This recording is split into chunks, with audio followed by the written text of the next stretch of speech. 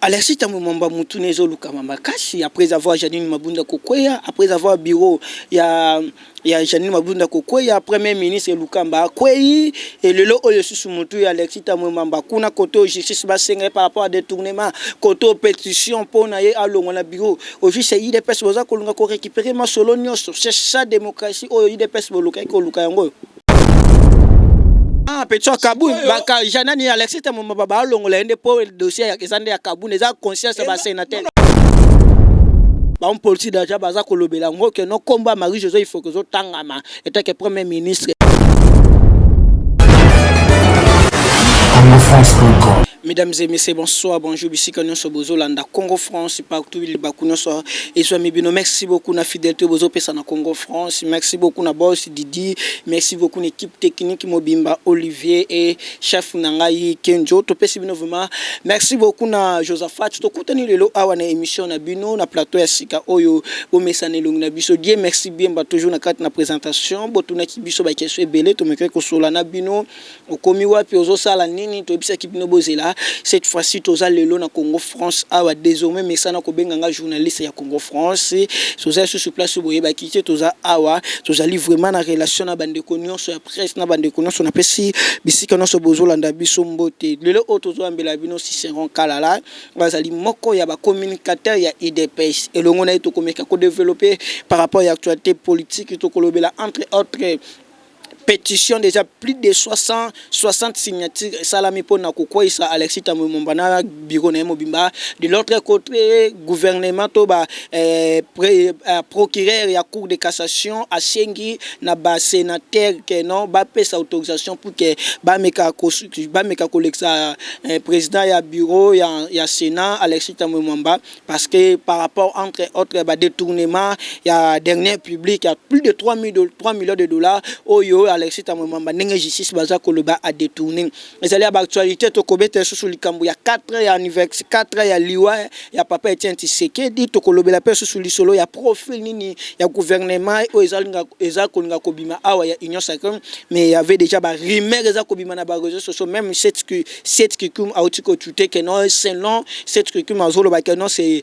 madame Marie-José Foko kombonene ezotanga ma parmi les premiers ministres wana ezali moko ba actualité tozali kosolango na 4 na émission awa bande kono so bozula nda biso webi die merci bien ba tozali batu ya politique ya polémique tozo sala politique tozala ki na ndaku moko boto bande ko futela to comme suna ndaku mususu o tozali ko futela non et musa na biso za ko servir mboka na biso tikete to pese invité na biso micro kalala bonne santé.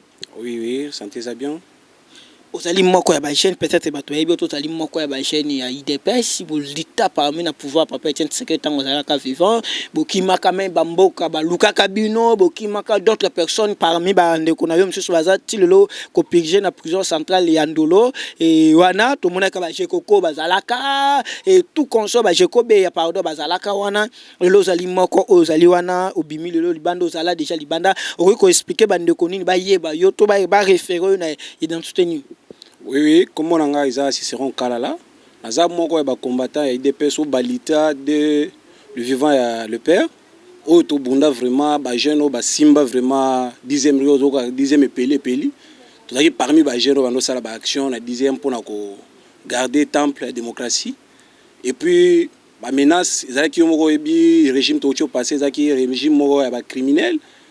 Le roi biso peut tout ça qui déterminé à faire face na ba dictature bango bando mela biso. To s'imposer qui peut to mona qui que non to meto che bango mena aux abois ba kanga ki ba misusu ba buma ba misusu au moment où tozolo ba camarade musu bazali dans la prison nde on tio lo bango biso tozaki mo occasion à déplacer ko kima nde monité to ko revenir tant to moni que président Fachi azongeli tozongeli masolo. Et puis je profite de l'occasion pour saluer le président Imani qui est le président de la Ligue de jeunes de l'UDPS. Comme moi aussi, je suis vice-président de l'association JAD au sein de l'UDPS, où il y a 4 associations, la 4 Ligue de jeunes de l'UDPS. Et puis, je profite aussi de l'occasion pour saluer les membres de la Ligue de jeunes, le bureau national de la Ligue de jeunes.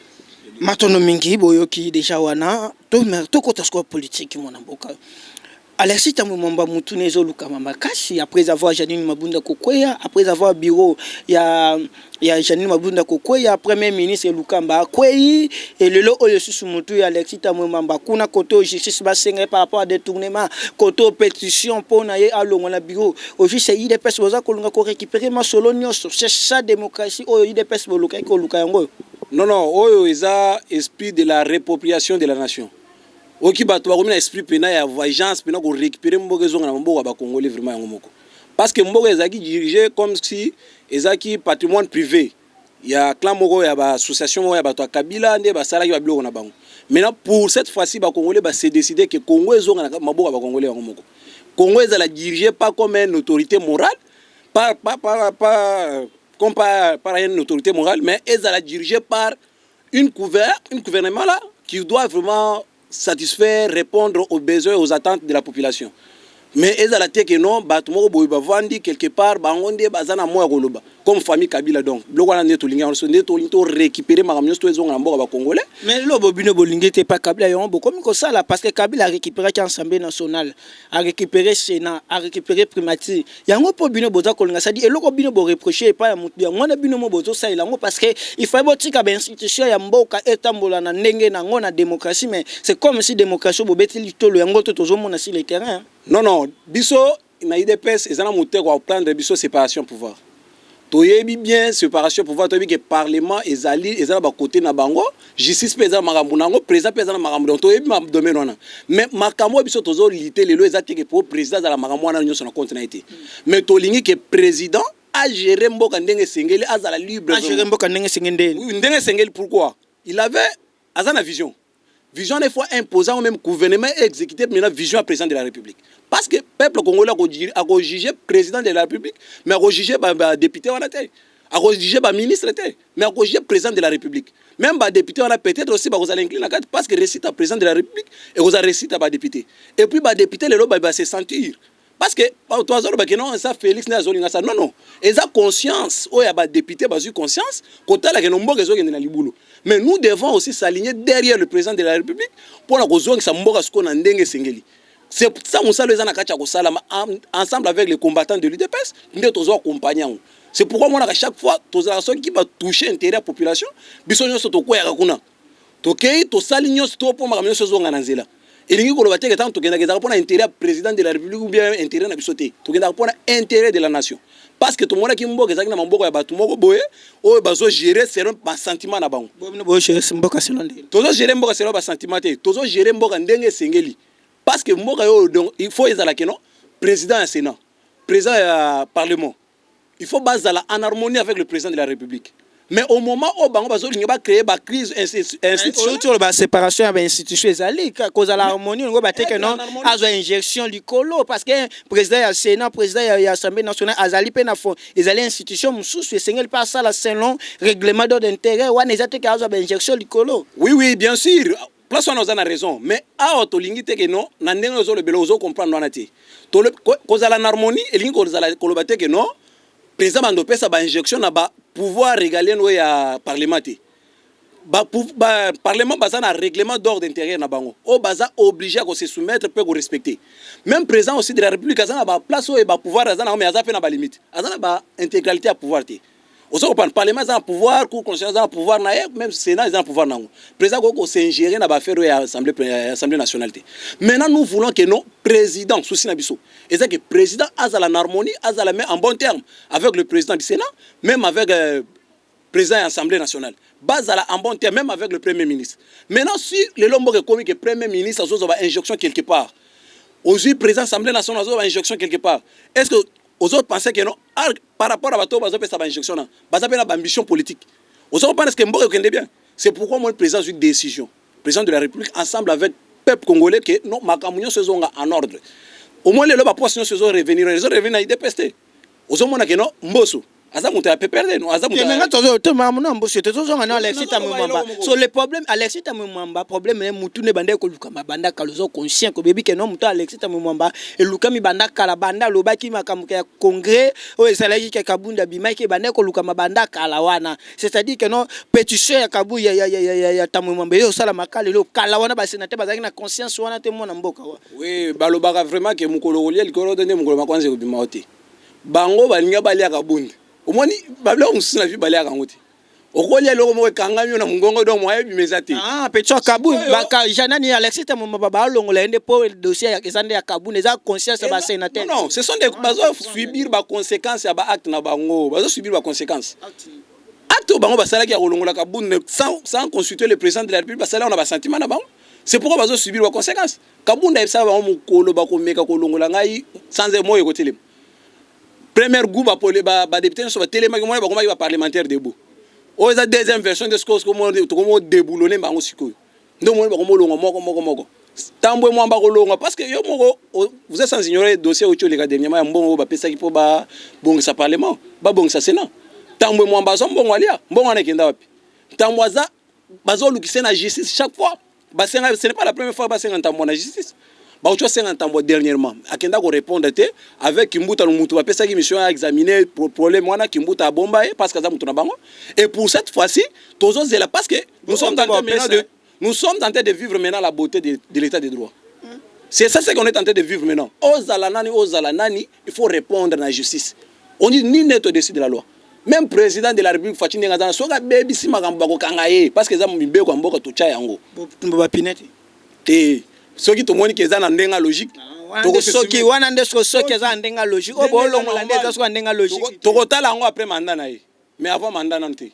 Tokotala ngo après mandat na soki tokosala tous tokosala te mais kutu batumba ba pine kaka mais yo moko yebi ke ba kombata fo zala nde ba kombata bazalaka bazo soutenir so ba moni ke za mabe ba ko soutenir yango soki ke za ndenge moko ya logique que non pesa bebi si boy ya toucher intérêt à population wana moni ke ba to non ça va répondre à la justice parce que ce n'est pas seulement le président de la République qui se soutenir biso zala kacha IDPS pour na idéologie ya Tshisekedi Mulumba de reste mémoire nde idéologie biso tozo landa na sima exactement que notre zolanda ba tout parce que ba to bele ba penser na IDPS que to landa ba kabuya kabund ba to na tout normal te biso to on to kota ko to IDPS bango bazala ko to en tête IDPS biso to ya na IDPS par rapport à idéologie et philosophie ezaki prôné par Etienne Tshisekedi Mulumba nde sala motivé biso c'est que to adhérer na IDPS et puis les autres to zomona que ba intérêt IDPS ça touché quelque part ozala ennemi na ngai tozana na IDPS ozala ennemi na ngai mais na moni que bazo touché par rapport à ba intérêt na ngai na ko tika ba discussion na biso na ko soutenir yo moment wana mais soki to silisi tozongi na kacha palende to ranger sikoyo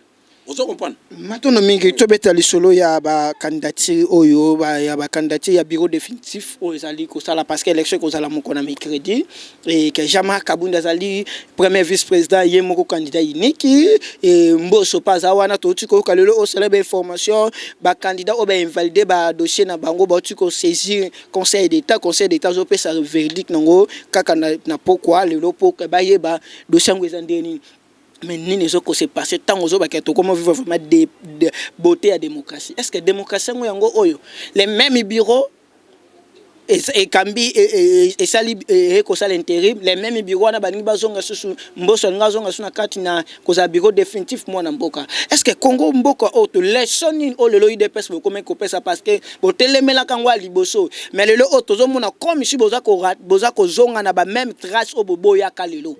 Oui, est-ce que ezaka na mobeko moko boye na mboko epekisa ki non président o ezaki na bureau d'âge akoki ko comme président ya assemblée te parce que ceux qui loi en ezali là ça va mais ceux qui loi ezate parce que na droit ba lobi ce qui n'est pas interdit est autorisé donc ceux qui loi ezate que ont interdire que mboso zonga place wana te ce qui est autorisé il est valable que azala candidat. Maintenant, ceux qui le battent par mauvaise voie, parce que le loto ça il a sentiment. Mbosso il n'est pas de l'IDPS, mais tous soutenir.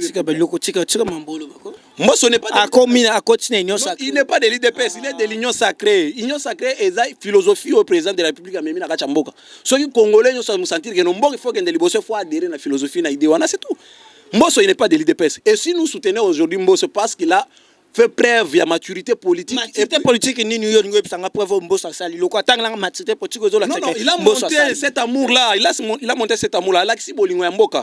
Pourquoi? Parce que le Mboka parlement ndenge ezaki wana ezaki dirigé par autorité morale mutu moko avandi quelque part azo raisonner place à bato mosusu mais mboso aye wana alobi te makambo ifo kende boye et puis nous avons fait cela et puis les lots tozo engagement ko soutenir na comme ticket gagnant ya Union Sacrée na Jean-Marc Kaboun tozo soutenir bango Jean-Marc Kaboun ba longola ke na même place wana na ide cela veut dire que pour na ide pesi mutu mususu azata ko remplacer place wana pa Kaboun na vice premier ministre ça dit Kaboun aleke azana compétence ko leka batu nyonso bazana kati ide pesi non il ngi ko loba te Kaboun azana compétence ko leka batu nyonso bazana ide pesi c'est parce que mutu mususu ko ide pesi to maile bazé belé mais to Kaboun azo zonga place wana parce que ndazo mériter confiance à ba combattant les on a bien aimé tazo mériter ça compétence ko leka mériter d'abord premièrement confiance à ba combattant et puis Kaboun ozo mona aza héros vivant mutu héros pena zo tambola parce que ça li ba preuve ya combat nyon surtout na kacha IDPS et puis il mérite d'être là et puis Kaboun là zo zonga place wana pona ko la ça FC5 boza ilo côté biso ndeto za pouvoir a rozala pe wana ba ko mona Janine Mabundu na ba Kaboun kuna vandi liboso akisipe munyere peut-être pour kuna matara munyere te bengana ko autoriser jour liboso matara munyere pe na tomula bisapi mibale likolo pour la ça ba biso ndeto za pouvoir ezaka présidence de la République eza au parlement biloko nyosto Kabila bando sala na nominer nonati lelo IDPS azo gérer et puis c'est le président Fachi ndaza président numéro 1 oyoka lelo bato solo ba so Kabila dirige parce que Kabila azui ba kuma kasi akevanda na zamu ba benga ngo boko mamboko na dictature te au moins la démocratie il faut aussi un peu dictature ezala quand même parce que niveau Kabila bando memela biso makambo soki yoka soki to kendaki na makambo na ndenge moko ya ba meme kaka boy Kabila nga mona biso basi pena bana basi na faut l'accepter que Facha combattant. Kabila n'a jamais fait la politique. Aouti na zamba, aïe politique. Kabila n'a jamais fait la politique. Bazo prendre des scope politique. La politique t'a débauché ba débattre ben a débauché pas ça Nambongo. Azaki Nambongo, azaki na impérium. Azaki na impérium, azaki na Nambongo. C'est pourquoi Kabila n'a jamais fait la politique. Wana ngana zo assumer ba propos na ngai. Kabila n'a jamais fait la politique. Il a eu azo chance ya koza président de la République par accident. Maintenant normal bo Kabila ko sala mkonzi mboko te. Et puis les loyaux, tant que un vrai politicien, comme Fachi, ayebi moment, puis azo ciblé, soit ciblé, bien azo beta boy, donc azo la tête.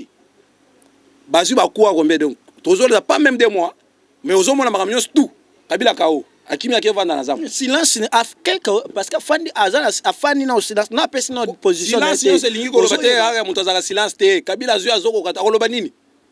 Parce que ba ko Kabila zui, ezaba talala mutu ya bandoko tele mbuta majiji. Avant d'y aller calme, parce que les secondes fois, tu as obéi ta banque. Pour les politiques à niveau, moi, ça n'a pas parce que nous avons vu dans la monnaie qui n'a pas de na gata Fachi. Parce que Fachi n'enga même li bango. Et ça n'a pas biso to ando s'attendre. Biso to zaki kaka to be banaka kana Kabila ba to akufa ba kufa.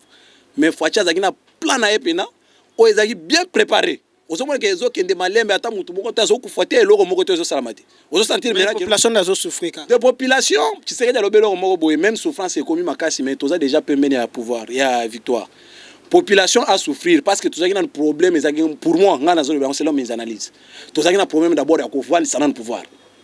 Pouvoir de vendre dans toza la nano à l'aise. Les agneaux se faire ça pouvoir. Pouvoir de vendre na ndenge nini Kabila koto shina ram koto mon frère. Pouvoir de vendre na ndenge nini. Kasi bino mumtu célèbre benga ke partenaire. Te biso to benga ki part même Kabunyo ozoloba ozoba ke no yazo azako ekane image etient c'est que abenga bango bobenga bo félicita ka FCC. En politique on dit ceci que celui qui cache ses intentions est plus fort.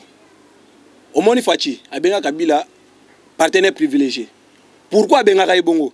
Parce que politique ozo jouer eza comme les corbeaux et les renards. Ndé politique Fachi jouer.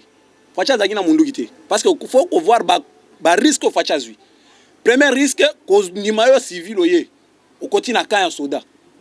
Ozola na ba soda na ye, ozosala na makamyo sto. Ko ya na lwengete.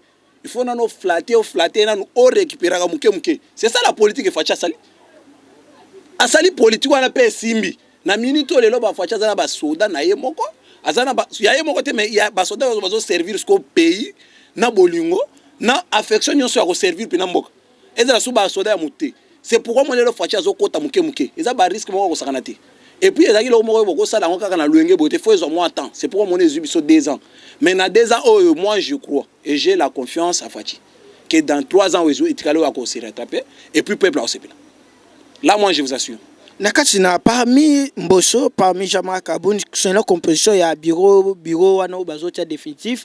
Est-ce que tu kozonga tena même blocage parce que Koboso a teke Mbosso outi na FCC malgré outi ko wanga nango ndenge atombola ki kalko na yo wana ko soutenir que non abingi bureau mabunde ko ya te outi ko za ba mitando eki outi ko lobango ko wanga nango ngana obi outi ko wanga nango parce que tozala ka jour ngona kati na assemblée nationale to mona ki ma ndenge lekaki mais lelo oyo Mbosso ninga komi wana est Assemblée nationale tozomona na composition na ngonde tozomona parce que il faut oyeba que non les mêmes bateaux bazana ba parti différente baza IDPS baza bauti na bakam susu ceux qui peut ba chef na bango ba se retrouver na gouvernement to kozonga na même blocage c'est mo wana blocage o bato ba bloquer bisto bol IDPS longo lengo e bosano na monoko bolo ba ngo susu te non baloba na français que les conséquences corrigent mieux que les conseils makambo cho leka na ba mabunda bato ba l'équipe ba onyo surtout et ko servir bango ba exemple soki ke mutu aye wana le suspora yo ke la peut-être quoi bato MLC bazawana par exemple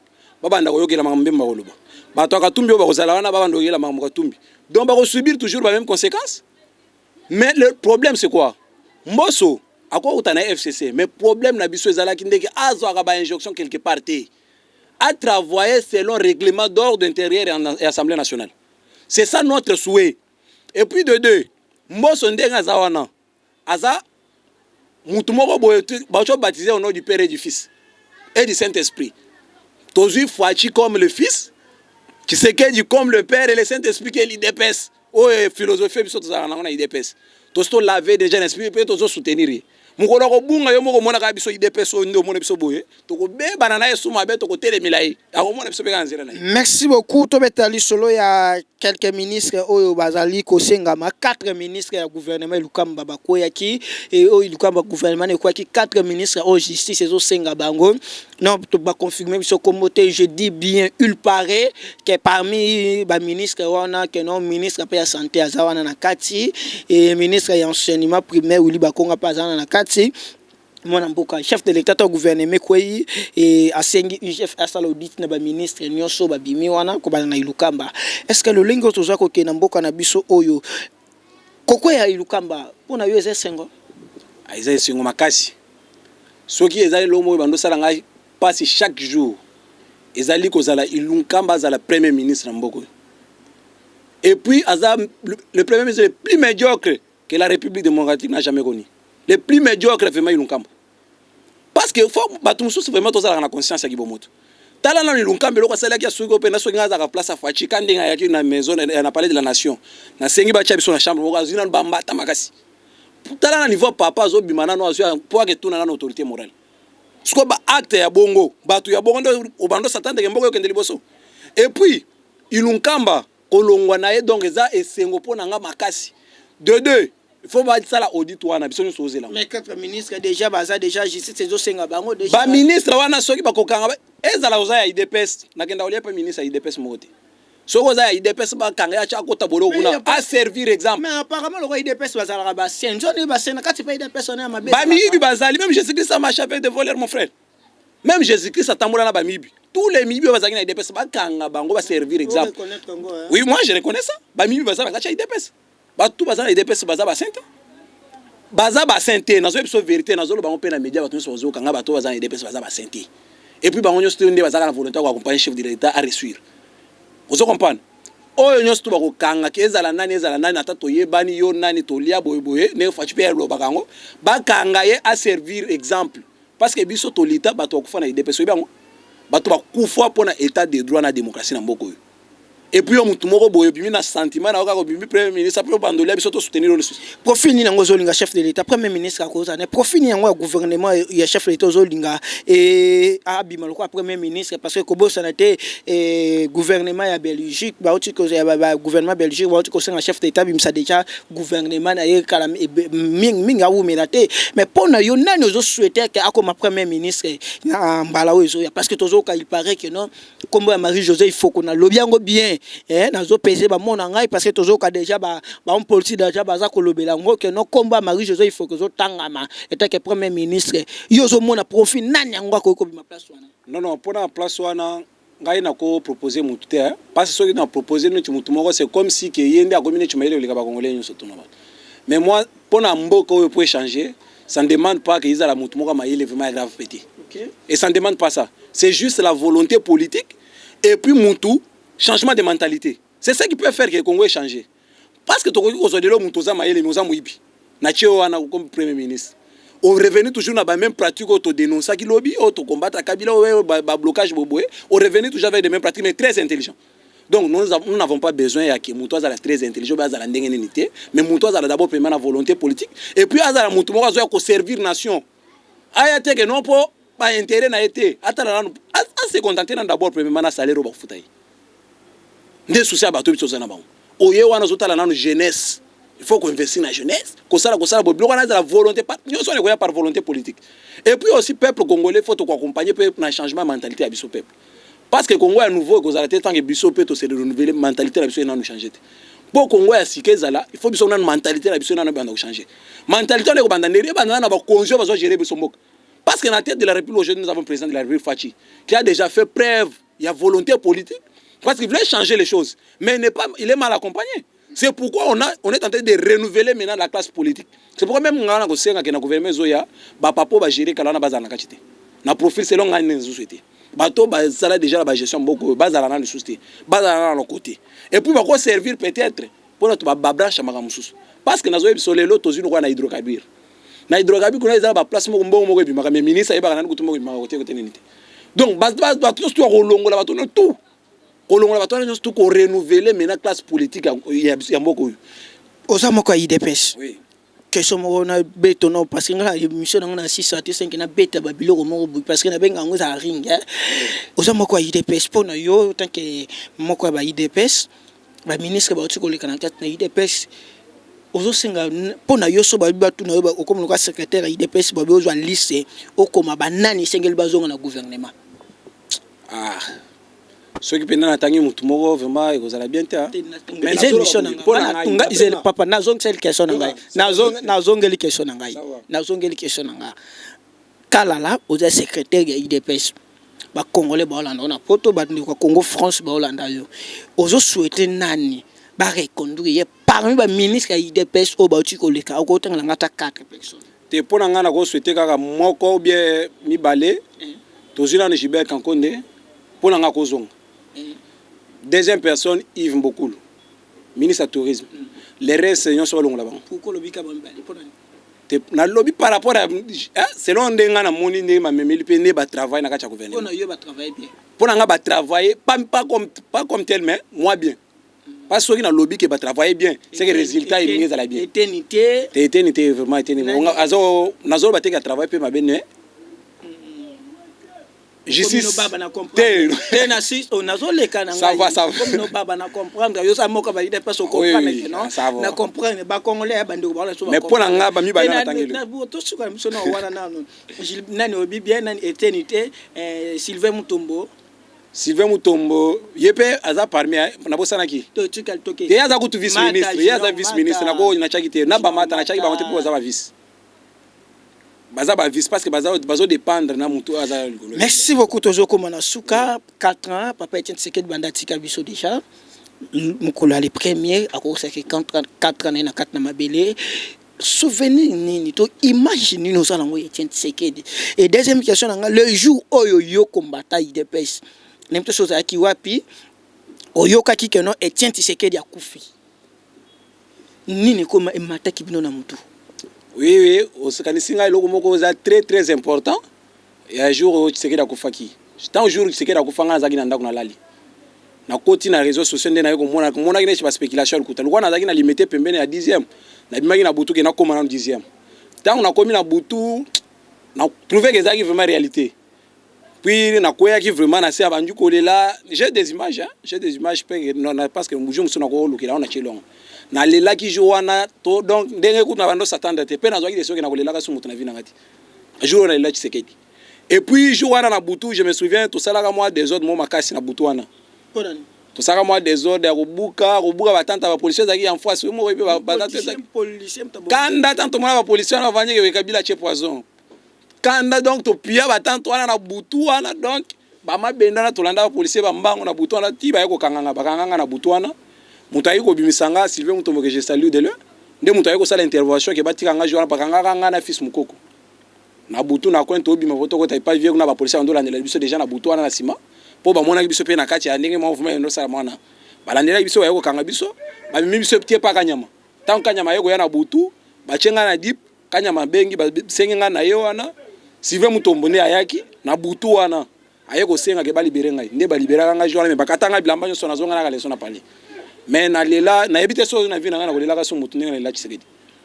Est-ce que le départ a été Tshisekedi n'a pas fait tout le esprit à Tshisekedi le gens au bazar qui carné idéologie Tshisekedi bazar tilo dans quartier de pes bazar belé la kotang loté d'abord na eu exemple d'abord Fachi d'abord lui-même tozu Jean-Marc Aboun secrétaire national Augustin Kabouya ngamo na vanda na za Tshisekedi se descend donc ya makila pena ya kati ozui d'abord masa mona lela ye kutura lobaka ke faut akufa kabila bomba faut masanga za la prison Christian Mougadi que je salue aussi de là ye ando sanga chaque fois que mon cher kabila faut bomba biso ou bien kanga biso tata biso na sama belé po to za la l'aise na mboko maintenant que yakokanga biso te ko bomba biso te kabila to ko bunda na tina suka lokaka Tshisekedi akufi boye kabila faut bomba biso nyonso donc ezaki esprit mo ezaki na kati na biso donc so mona ki après lui Tshisekedi to tomboka ka mabe il dépêche comment se dire parce que esprit on est contact ce qu'on a kacha tout.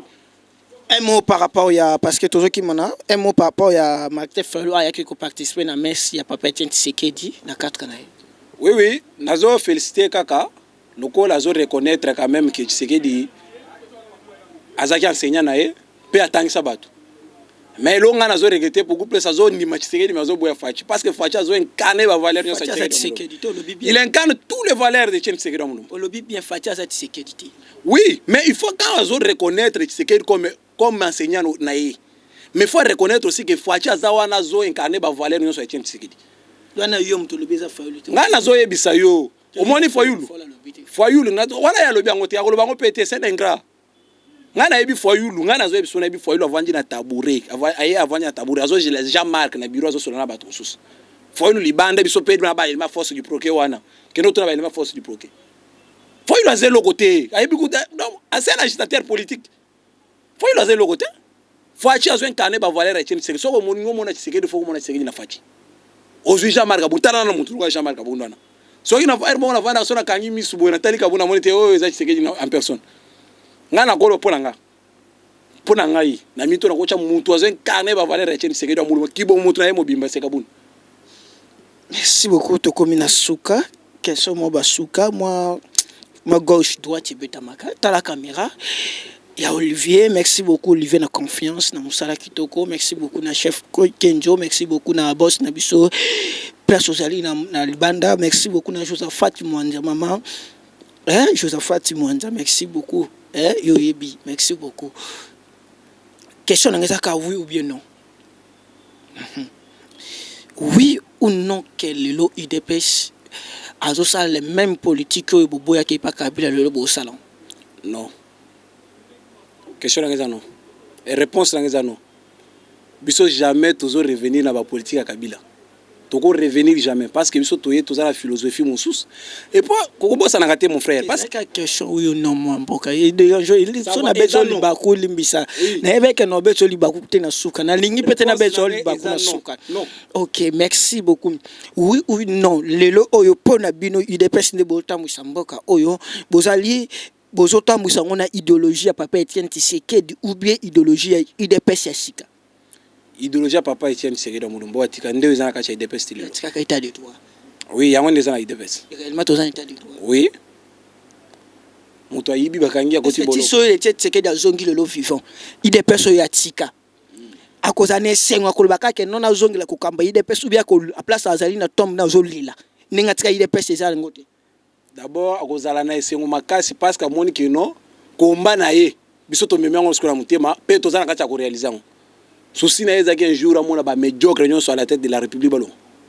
Et puis ba médiocre réunion sur bazana kacha kolo. Nga bi IDPS, na bi ba na République na kacha. Oui oui, na IDPS yango na akozala fier parce que objectif na ezaki. Avant de poser la question, il faut se poser d'abord la question que objectif à Tshisekedi c'était quoi?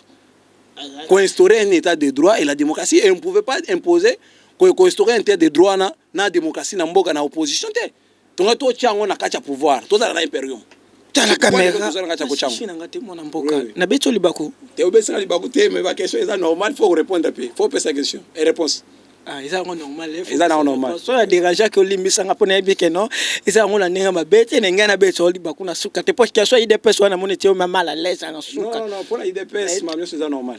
tala pesa message ya suka na bandi ko baladi Non, message nanga suka ezaka que non, peuple congolais a sa confiance na gouvernement Zobi Masika et puis a renouvelé d'abord confiance na n'est pas président de la République.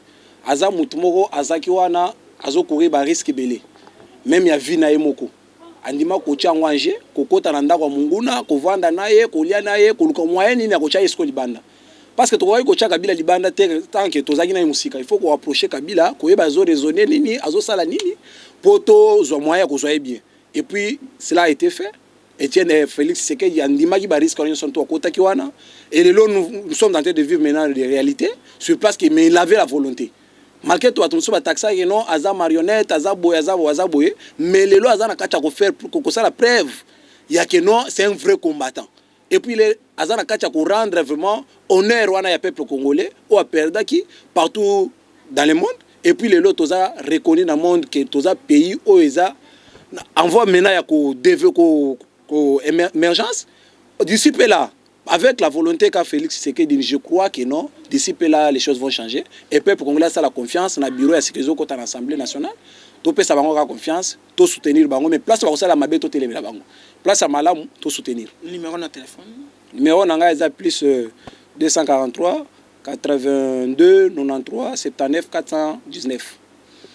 Merci beaucoup Ikala la nongo di meki invitation na biso. Merci beaucoup na boss Didi, merci beaucoup na Olivier na ma caméra na zolo babandiko. Merci beaucoup maman Dorcas, maman Charlotte et papa Olivier, boza vraiment belé. Merci beaucoup, bon retour na venanga Richard Tibangu na Katna Kini. Merci beaucoup vraiment aux États-Unis to kutana yo JC Mulumba, to préparer to kutana parce que bon mais ça na déjà JC Mulumba bientôt to boya na Katna plateau oyo et Fumu Sabata baza vraiment belé secrétaire Kibaou.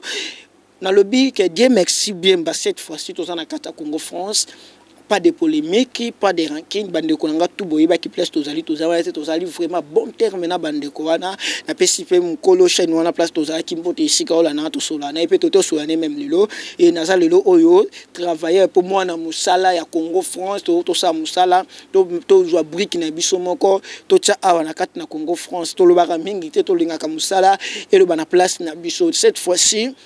Les narcomans le bamikolo so ekolo apesi ezalaka dégâts et c'est émission politique botika la toujours branché numéro na biso ezali 082 plus 243 pardon plus 243 82 73 491 na suka plus 243 82 73 491 na suka soko bengi biso to kosola na bino to ebisa bino makamnenge za ko évoluer so pour ça le kan émission au bengi biso. Merci beaucoup na Olivier, merci beaucoup na boss Kenjo na chef na Kenjo botika toujours wana branché parce que na ba programme ya Congo France pour que ça la jamais déçu.